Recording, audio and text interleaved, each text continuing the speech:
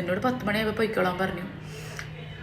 ഒരു 10-10:30 കഴിയപ്പോൾ കുട്ടി ഭയങ്കര കരച്ചിൽ. കുട്ടിയാണെങ്കിൽ നമ്മളെ തൊട്ടടുത്ത് വേറൊരു ബേബി ബെഡിലാണ് കിടക്കുന്നത്.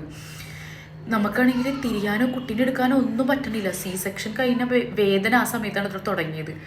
വേദന പിന്നെ കാലൊക്കെ ഫുള്ളിങ്ങനെ തരിച്ചിരിക്കുന്ന പോലെ, എനിക്കൊന്ന് സൈഡിലോട്ട് തിരിയാൻ പോലും പറ്റണില്ല. ആ ടൈമിലാണ് അവർ പറഞ്ഞ കുട്ടീനെ എടുത്ത് പാല് കൊടുക്കുക. എനിക്കാണെങ്കിൽ തിരിഞ്ഞ് കുട്ടീനെ എടുക്കാൻ പറ്റില്ല, കരച്ചില്ല. പിന്നെ അത് മാത്രമല്ല, ഇങ്ങനത്തെ ഒരു സിറ്റുവേഷൻ നമ്മൾ ആദ്യമായിട്ടാണ് കുട്ടീനെ എടുക്കണത്. അതായത് ഒരു ന്യൂ ബോൺ ബേബീനെ നമ്മളിങ്ങനെ ആദ്യമായിട്ട് എടുക്കുമ്പോൾ ഭയങ്കര കെയർഫുള്ളായിട്ടൊക്കെ എടുക്കുക. അപ്പോൾ ഇങ്ങനത്തെ ഒരു ഇതിൽ നമുക്ക് തട്ടിക്കൂട്ടി എടുക്കാനും പറ്റില്ലല്ലോ. ഞാൻ ഭയങ്കര കരച്ചിലായി അവിടെ കിടന്ന്, എന്താ ചെയ്യേണ്ടതെന്ന് അറിയാതെ. അപ്പോൾ ഒരു ജാപ്പനീസുകാരനാണെന്ന് തോന്നുന്നുണ്ട്. പുള്ളിക്കാരനായിരുന്നു എൻ്റെ റൂമിൽ നഴ്സായിട്ടുണ്ടായിരുന്നത്. ആ പുള്ളി എന്നോട് പറഞ്ഞു, അപ്പം എനിക്ക് പാലായി തുടങ്ങണുള്ളൂ, പാലും കിട്ടണില്ല കുട്ടിക്ക്. കുട്ടി അത്യാവശ്യം വെയിറ്റൊക്കെ ഉള്ളതുകൊണ്ട് നല്ല വിശപ്പുണ്ട്. അപ്പോൾ അവരെന്നോട് ചോദിച്ചു അപ്റ്റമിൽ കൊടുക്കട്ടെ എന്ന് ചോദിച്ചു. അപ്പോൾ അവർ ഓക്കെ എന്ന് പറഞ്ഞാൽ അയാൾ അപ്റ്റമിലൊക്കെ ഫീഡ് ചെയ്തതിന് ശേഷം ബേബി കുറച്ച് കാം ഡൗൺ ആയിട്ടാണ്.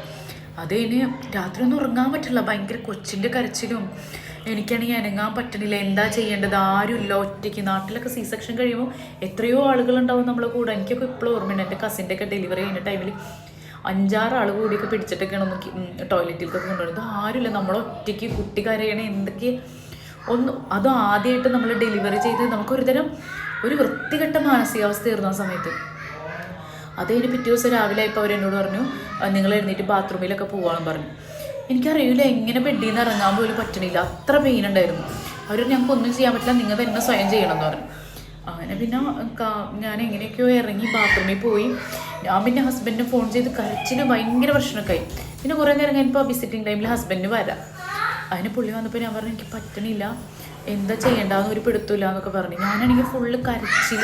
എനിക്ക് ഒരുതരം ഡിപ്രഷനായൊരവസ്ഥ, നമുക്ക് ആരുമില്ല എന്നൊക്കെയുള്ളൊരു ഫീൽ വരികയാണ്. കാരണം ആരും അവർ കയറ്റണില്ല, അന്ന് അവരൊട്ടും നമ്മൾ മര്യാദക്ക് ഹെൽപ്പ് ചെയ്യണില്ല.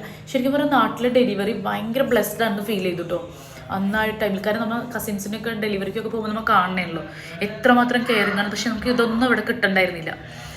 ആ ട്രോമ എൻ്റെ പഠിച്ചവനെ എപ്പോഴും എനിക്ക് മറക്കാൻ പറ്റില്ല കേട്ടോ.